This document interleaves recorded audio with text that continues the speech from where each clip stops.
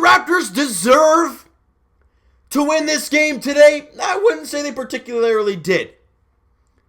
And all credits to the Charlotte Hornets for playing a really hard basketball game. They played extremely well. But thank you to the officials for making a stamp on the game like they always try to do. But this time, it happened. Was there contact on that inbound play? Yes, I'm not going to deny that. Did Terry Rozier flop like a fish out of flipping water? Absolutely. Did Jenna Schroeder, whatever the heck her name is, bite on it clear as day and think, if I send them to the line, they'll beat the Raptors? Blow that damn whistle. Because that's exactly what happened. If you're going to sit here, look, I understand people are going to say, you're just a biased Raptor fan. If you're going to sit here and tell me that on that inbound play, let's say the Raptors are the Lakers or the Clippers or the Celtics, do you think that call is being made? No, it's not. Anybody say, well, of course it is. It's not. It really isn't. You're telling me if LeBron does that, he's going to get called for a foul and lose the game on that? No, because the NBA is going to have the head of that official, whoever decides to do that. But we all know how the NBA and down south of the border feels about Canada, whether that be officials or not. We all feel like it is. But they found a way to put their stamp on the game and end this game. Like I said earlier, did they deserve to win the game? No. The Raptors didn't shoot the ball very well at all in the game. So they didn't really deserve to win it. But they had no opportunity to win it. They got that opportunity taken away from them with 1.2 seconds left in the fourth quarter. 2.1. Now, did the Raptors have their opportunities to win the game? Yes, they did. Norman Powell with the three with 8 seconds left. Lowry gets the offensive rebound, spins around, takes a three of his own. He misses the three. So, yes, I understand that they had the opportunities. But are you really going to end that game on a small dinky call like that? Was there contact? Yes. Was it a full-on foul to end a game that way? Absolutely not. And that's the part that's embarrassing. But now we got to talk about this thing. And as I said, the Raptors just did not play a very good basketball game today. They really didn't. They were down 2 at the end of 1. They only scored 23 points in the first quarter. They gave up 25. And then the second quarter, I don't know, they just forgot how to play basketball. They only gave up, they scored only 18. And they had 41 going into the half. That is terrible. Against a Charlotte team who is near the bottom in offense. And not a very good defensive team. Look, again, like I said earlier, I give them credit. They fought. They played a hard game. But they were plus 9 in that second quarter. And you were going into halftime down 11.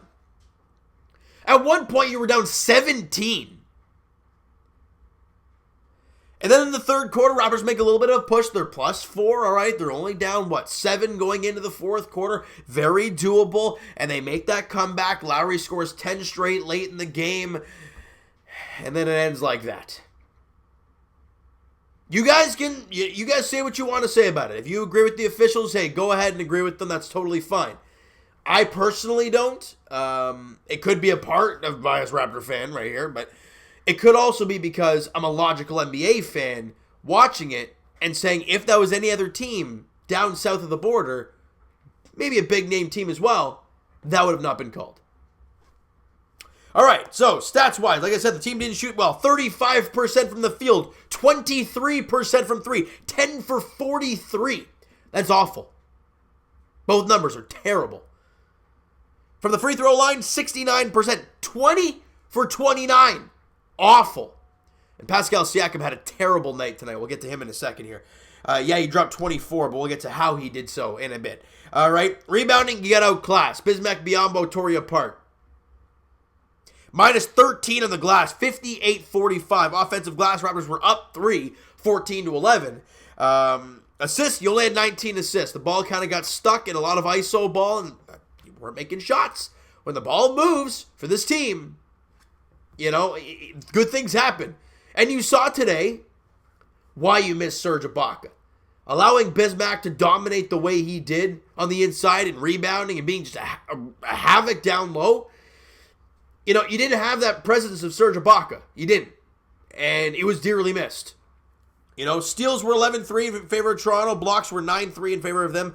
They had 17 turnovers. We only had the 5. Those are very good numbers. Points in the paint were 40 apiece. Second chance points, 11 apiece. Fast break points, 17-14 in favor of Toronto. So a very even game in that sense. But it just wasn't very pretty. Rodney Hollis-Jefferson got the start. I think he actually fouled out. He did foul out. 4 points, 9 boards on 2 of 8. A couple tough shots late in the game. I think he was forcing way too much. But again, 2 of 8 shooting. You know, he was a -2. He was on the floor. OG Anunoby, I thought, played pretty well. I mean, he shot 5 of 12, but he's 16 points, 9 rebounds. You know, had 3 assists as well. 4 of 5 from the line. 2 of 6 from 3. Had 6 steals in the ball game and was an even player. He did a job on defense. He sprinkled in almost a double-double, so I'll take that from OG. Now, Pascal Siakam. We all know and love Spicy P. But there's times where I feel like he tries to be Kawhi. Or he tries to be a lot of iso ball. You know? And when it's not there, he don't care. He's trying to force something. And that's something I think we all want to see go away from his game. The forcing bad shots. Because, yeah, he had 24 points, 9 rebounds, 4 assists. Those are great numbers. But he was 9 for 23 shooting. He shot 5 of 9 from the free throw line. That is terrible considering what he's used to doing this season. He was 1 of 5 from 3. All shooting numbers, terrible. Yet he took 23 shots. You know, and then he had 2 steals and a block. Good for him there. He was a +6. He was on the floor. He didn't really hurt the team in that sense. But again, I thought the offense didn't move a lot. It was a lot of ISO with Pascal. That was just my opinion on that sense. Kyle Lowry was nowhere to be found for the first half, and then he came alive. Really, in the fourth quarter, he came alive. 21 points, 6 boards, 6 assists, but he shot 5 of 14, so back-to-back games where he hasn't shot the ball well. 8 of 10 from the line, 3 of 12 from 3. 2 steals, 2 blocks for Lowry, and he was a +5 on the floor. Again, not a bad game, but didn't shoot the ball very well. You know, Norman Powell, good to see him back for the first time. 22 points, 1 rebound, 3 assists. Shot 8 of 19. Was red hot to start, but kind of slowed down near the end. And obviously missed that big shot late. 2 of 4 from the free throw line. Not very good there. And 4 of 11 from 3, which is 36%, which isn't terrible. But he was a +4 on the floor. And someone I want to talk about. Nick Nurse. Okay? We all love you, Coach. We thought you should have won Coach of the Year last season. But Budenholzer won it. We loved you last year because we saw in the playoffs what you can do. And without Kawhi and Danny Green this year, somehow this team has found a way to, get to some next level. But there's one guy you play way too much. And every single Raptor fan will agree. Patrick Flippin' McCaw. Look, this guy. He's not a very good offensive weapon. Defensively, he broke down today. Ladies and gentlemen, Patrick McCaw played 20 minutes today. All he had was 4 rebounds to show of it. He was 0 of 6 from the field. He missed both threes. Yeah, he had a steal in the ball game. Oh, whoop-de-flippin'-do. He was a -16. Why is he out there for 20 flippin' minutes? Boucher played 15. Yeah, where's Terrence Davis? Yeah, he only shot 1 of 6. Well, he actually made a shot. He only played 15. Why isn't Matt Thomas out there? He just dropped the big time in the last game. He was great against Milwaukee. But he only played 7 minutes. Yeah, he was 1 of 4. But you got to try something. Why Patrick McCaw played 20 minutes, threw up a goose egg, missed all 6 shots, was a -60. Why he played 20 minutes? Ladies and gentlemen, there's only 48 in a game. I wouldn't say he almost played half, but he was in and around that area. Way too much playing time for Pat McCaw. This guy just came back from an illness that he had. Why is he getting thrown in for 20? Look, I understand throwing in Powell for 36. You know why? He made shots. He dropped 22. He made 8 shots. He knocked down 4 threes. He's your guy. Patrick McCaw is not your guy. I get it. Fred VanVleet was out. Okay. Well, with that being said, where's Terrence Davis? Where's me some Matt Thomas? Patrick McCaw is not look, he's got this many rings. Yeah, because he's playing on stupidly good teams. We all know this. To be an impact player in the NBA. You can be a good defender. That's nice. But if you're a liability on offense, you're never going to play. And from what I saw from Pat McCaw tonight, we have seen this a lot this year. We've seen a few games where he's gone off. Like I think it was the one against Boston in Boston. We're all like, well, who the hell was this? But there's games like today where you're like, yeah, no. This guy's not a rookie. All right, he doesn't get the Terrence Davis treatment where he throws up a goose egg and you're like, okay, well, he's a rookie, fine. He doesn't have that. What did Nick Nurse do with Danny Green last year in the playoffs? I know it's not the playoffs. I know it's not the NBA Finals. I get it. But you lost to Charlotte tonight. A team who I think just picked up their 20th win on the season. At home. Yes, I know Serge was out, Mark was out, Fred VanVleet. Who cares? You should have won. You still have two of your all-stars on the floor. You got Powell back. You got Pat McCaw back, but he was flipping useless. There's no excuses why this team lost tonight. You can make all the excuses you want about how they weren't healthy and blah, blah, blah, but they just were not good enough. And that's just my one thing about Nick Nurse. Look, Patrick McCaw just can't be playing too much. He just can't be. If nothing is working, like if he left Patrick McCaw out and nobody was working, like if Terrence Davis was still out there, Matt Thomas was still out there, and they just weren't working, they weren't knocking down shots, things were not working, then you give Pat McCaw a chance because you're just kind of like, you know what, screw it, we need something. He hasn't played yet, fire it in there. He's rested. But otherwise, he should not be playing over those guys, whether they're struggling shooting or not.